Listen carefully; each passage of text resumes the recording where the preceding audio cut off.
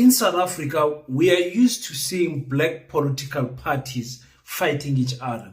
That system has been working for a long time to tell another black person that he must hate one of his kind. We are not used to seeing white political parties coming to the public and fighting each other. It's a refreshing view, if I might say so myself. Seeing the Freedom Front Plus fighting with the Democratic Alliance brings joy to my heart.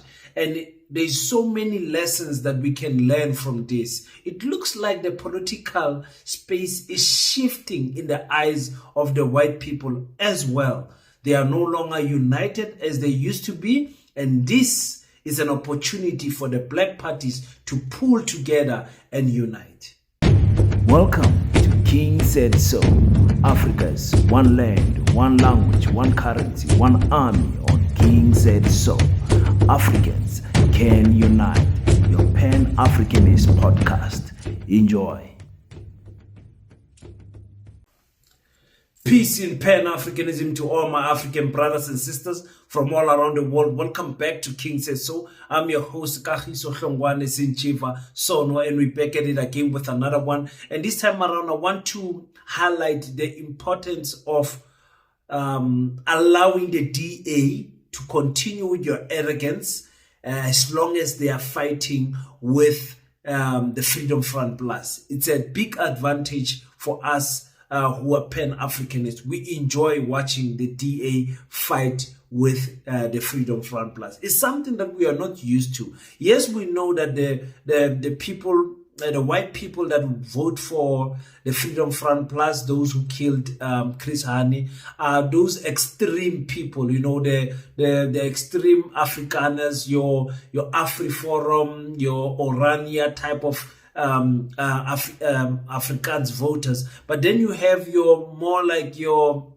DA white people who pretend as if they are in the Rainbow Nation, but honestly they just want to lead because they believe that they lead better than black people and colored people. That's the type of people that you get in the DA. So to see those two political parties fighting, it's a good thing because it means that the white vote is further divided. Remember, the white people constitute of only 8%, the Afrikaner people, of only 8% of the population in South Africa. And to have that 8% being split into those political parties, and there's still other small parties also where those white votes still go. So it's a very good thing to see that. But let's listen to the arrogance of the DA. Hi guys, I know. I listen. I just enjoy doing commentary like this. I enjoy it. I'm telling you. You hear those reassuring words. Does that give you hope that there is no breakdown in trust between the DA and the Freedom Front Plus? Well, good evening, Polly, and all the listeners. I do think we just need to look a little bit broader. The Western Cape, there's 30 local municipalities. There are 7 where the DA is in opposition, 10 where we are in coalition, and 13 in an outright majority. But Mr. Mulder used the word, it's a blatant lie. But the fact of the matter is the Freedom Front, before the election, already voted with the ANC to remove a DA mayor in Cape Agulhas. The ANC and the Freedom Front voted together to remove Chris McPherson, not on principles or anything that they say, on a personality clash that we offered to mediate, and they denied it. We have voice recordings of the Freedom Front deputy leader in the Western Cape lobbying smaller parties to get rid of the DA mayor in George. So the Freedom Front is obviously very economical with the truth if they are selective in saying that they are a trustworthy coalition partner, because they are anything but a trustworthy coalition partner. There's one of the things that being said about the Democratic Alliance, and it's called arrogance. And that's a very, very nasty kind of concept, arrogance. And we've just heard that. We've just seen that, listening to Mr. Lont. The Government of National Unity, Unbelievable. The DA ministers are simply the best. Now, the fact of the matter that you've got a good media strategy or a media team doesn't mean your ministers are the best, with all due respect. But that's the kind of underlying arrogance that we always see from the Democratic Alliance. If you look at what's happened in the Western Cape, and we are not governing with the ANC. If you look at the town, for example, like Oudtshoorn, the DA's got 7 members out of 25. That's 28%. There's no reason why the DA should take the lead. The ANC's got 7 as well. So what we've called for after the DA broke the coalition, one-sidedly so, and with all due respect, the DA shouldn't be so holier than thou, for the reality is this. When we discussed the budget in Oudtshoorn, the other 3 parties made very good proposals in terms of how we can save money for the residents in Oudtshoorn. What was the response of that Superman mayor of theirs that they are so very supportive of? His reply was, this is my budget and I'm not listening to small parties. You see, the problem with the Democratic Alliance is this. The Democratic Alliance does not believe in coalition governments, and they should be honest about that. They prefer to govern alone. Only they know the best for everybody else. So when they go into a coalition, their approach is the following. We need your votes from time to time. Then you should give your votes. But for the rest, we don't want to hear from you. Now, what we have been trying to tell the ANC, and the ANC knows very well, is that the DA is very arrogant. The DA does not see any other political party as their equal. The DA does not see black people as people who are capable to lead. The DA just want to be in the forefront of everything that has to do with negotiations, passing budget and everything. They don't believe that other people can do it. Only the DA can do it. And then you find that narrative to say, listen, the DA ministers are the best in the world, the best Ganjani. I will continue telling this story that McPherson, Dean McPherson, who is the Minister of Public Works, came out after 2.5 weeks at working at Public Works. It's actually less than that. It's less than 3 weeks. He came out and said there's 300,000 that was stolen from the Public Works, and recently about 32 million was stolen before the elections. We were all shocked, but the DA was trying to do this because they are excited. Remember, the DA has never had ministries in their life of being in government. They've always been called as one, but never been in a coalition government where they are leading so nice, this former National Party. Now the DA, in their excitement, it's been so long since 1994 till today. Now they are there. They are so excited, announcing rubbish. 300 million stolen by cyber hackers. Really? And you could announce that in 2 weeks in getting into the office? But 2 months later, you have still not told us who stole this money. And what is their excuse? We are investigating. Yeah, if you are investigating, then why did you make the announcement? Because the announcement says 300 million, not 298, not 242, not 150 million, not 372 million, 300 on the dot. It's a rounded off number. 300 million on the dot. And then he says stolen over a duration of 10 years. 10 years? Really? Okay, not 11 years, not 7 years, not 5 years. So does that not mean that there was an investigation that came about the conclusion of 300,000 and 10 years? I mean, it's common sense, but it looks like it's not common sense for that matriculant of a minister, Dean McPherson. We are still waiting till today. How long are we going to wait? Till November? August is almost, it's halfway now. When is he going to tell us where is this money? We want to know. 300 million. We can build a lot of RDP houses. We can build schools. We can build Paseta with that 300 million. So we want to know what is going on. Where is this 300 million? He's quiet.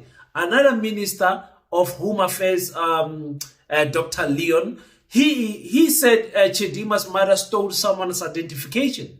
Then we ask ourselves, but okay, if Chedima's mother stole someone's identification, then obviously it means you know whose identification was stolen, isn't it? You know where it was stolen. You went to the school, the hospital where Chidima was born, apparently. You said Chidima did nothing because she was an infant at that time. But we know as South African how easy it is to go and get your identification back. You can steal a child's identification. That's a more difficult process. But stealing another mother's identification to register Chidima, because that's what he's implying on the report that he gave us. It means, let's make an example with your mother. If your mother loses her ID now, Home Affairs has got her fingerprints. All she needs to do is go to Home Affairs and make another ID. Isn't that so? Come on, guys. Let's use our minds here. If you lose your ID, what is the first thing you're going to do? Go to Home Affairs, and what you're going to do? Apply for a new ID. They take your ID photo, they take your fingerprints, they give you your ID back. Within 2 weeks, you get your ID back. So why is it that mother did not get her ID back 23 years ago? Where are the cases where she's been reporting the stolen ID? Because you know that South Africans who got their identification stolen or did not have identification from birth, how they struggled their whole lives. We see the videos that are trending with people crying, saying, from birth, I did not have an identification, I have suffered. But to say Chidima's mother represented herself with a false identification, I'm starting to question that type of a statement. Now, you guys tell me what you think, because the DA ministers are perfect. The DA ministers know everything. But we're just looking at incompetency that we're at the highest level. What about the Minister of Basic Education? She was there when this racism happened at the Girls High and at the other school. Did you hear any comment from her? What did you hear from the Minister of Education? After that, a week later, the Mporo situation happened when Mporo went to go fight and fetch his grandchildren from school. And then what did you see? The Minister of Basic Education all of a sudden has got a voice. She's all over TV telling us how dangerous it is. But with the racism thing, she did nothing. So, we as Pan-Africanists are happy to see that the white people are divided into the DA and the Freedom Front Plus. It's politics, it's greed of money, but mostly it's coming from the side of the DA, the arrogance that the DA has. We want the ANC, that these people are too arrogant.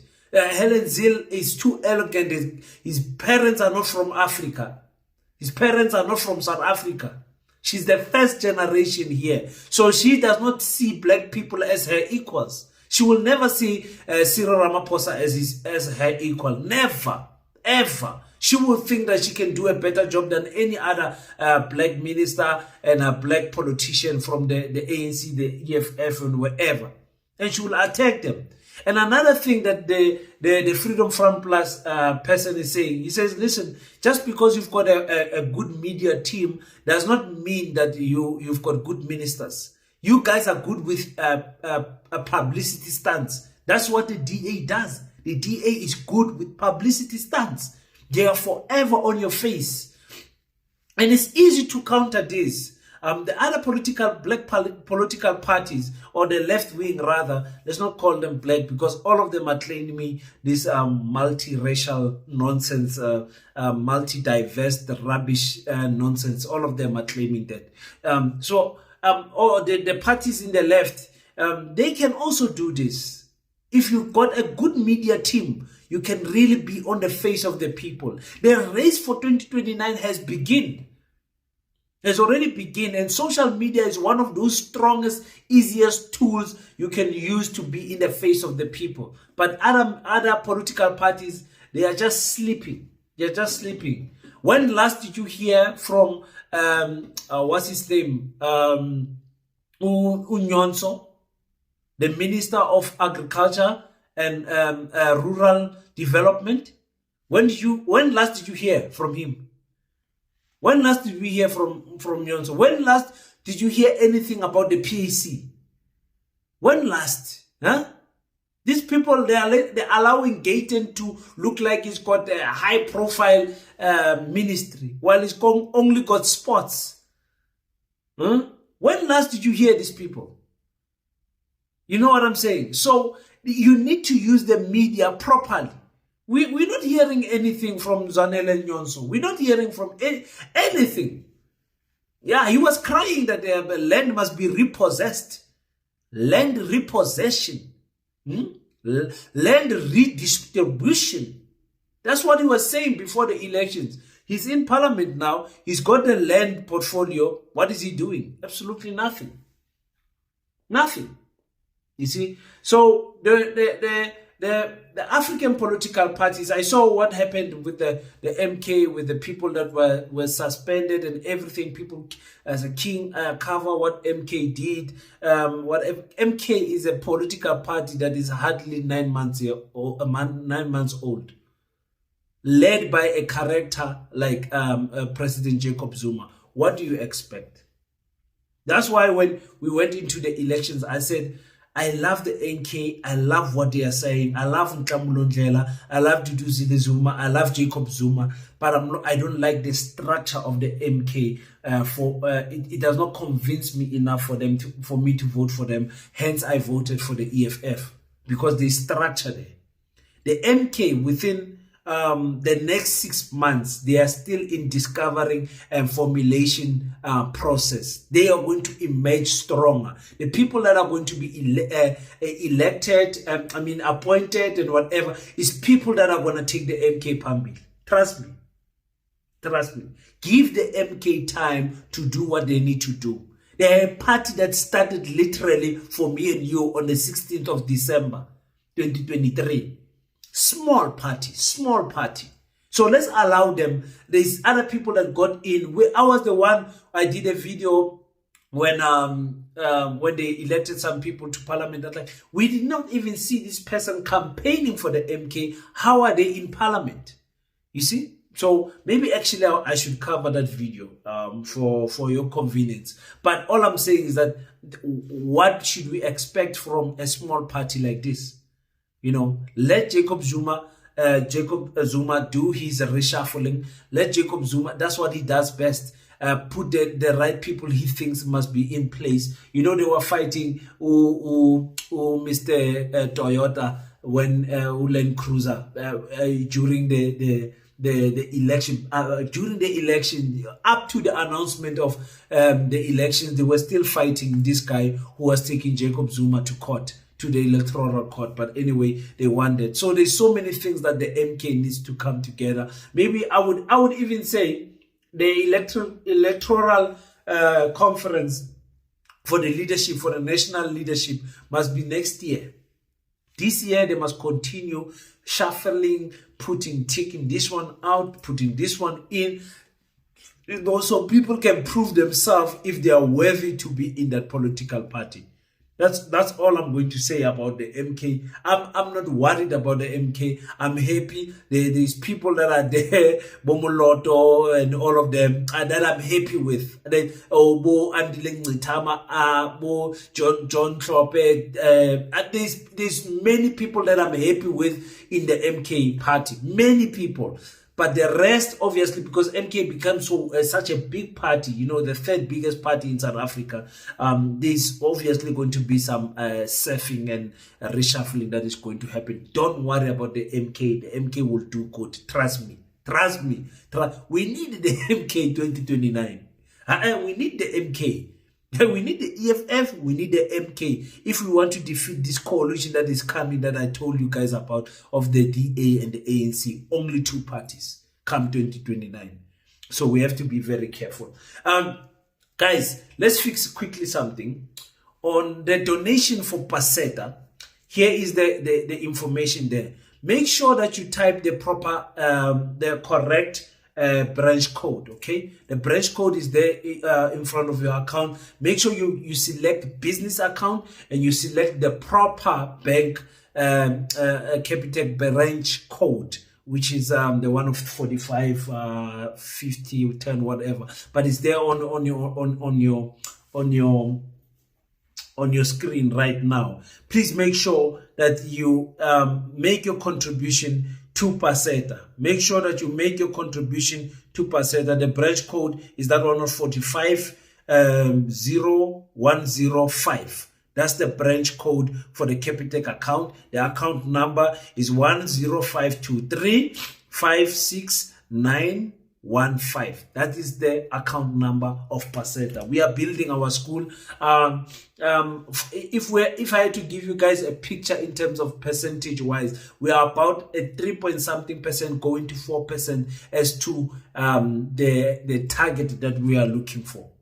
You understand what I'm saying? So thank you so much. Those 3-point-something, it's a lot of people that have donated. It's short away in Japan. That 3%, it's a lot of people that have donated. When we look at the bigger picture, we're looking for a lot of money, by the way, to build our school so that we can secure the land within the next 2 months. We are securing the land and we want to start to build. So next 2 months, that is our aim. Get the land, secure it, and start building. That's what we want to do. Build our institutions. Let's stop complaining. Let's stop pointing fingers. Let's stop blaming the ANC. Let's stop blaming Orania. Let's stop blaming anyone. Let us as black people stand up and build our own institutions. And you can form part of that by just contributing a mere 50 rand of your hard-earned money. And I said it again. If you don't understand Pan-Africanism properly, you don't understand what Peta is all about, these videos you can watch on this channel, or also you can go on our website www.paseta.co.za. Peta, P-A-S-E-T-A, Peta. So you can just go there and read about Peta. There's the WhatsApp number there. You can send us a voice note. We'll reply to your voice note, and send a message. We'll reply to your messages. There's so many messages coming in. Please be patient with us replying to all of them in due time. So that is what Peta is. If you are still not sure what is happening with Peta, continue watching this channel. Hold your 50 rand, and once you understand what you are contributing to, then do it. You understand what I'm saying? We don't want people who are pointing fingers. You know, Africans are the first enemy that we're going to encounter in building Peta, of which we are already doing. We have said no to people who want to donate from other races, white companies that want to assist us. We are not going to trouble you guys. You guys do what you're doing. We favor,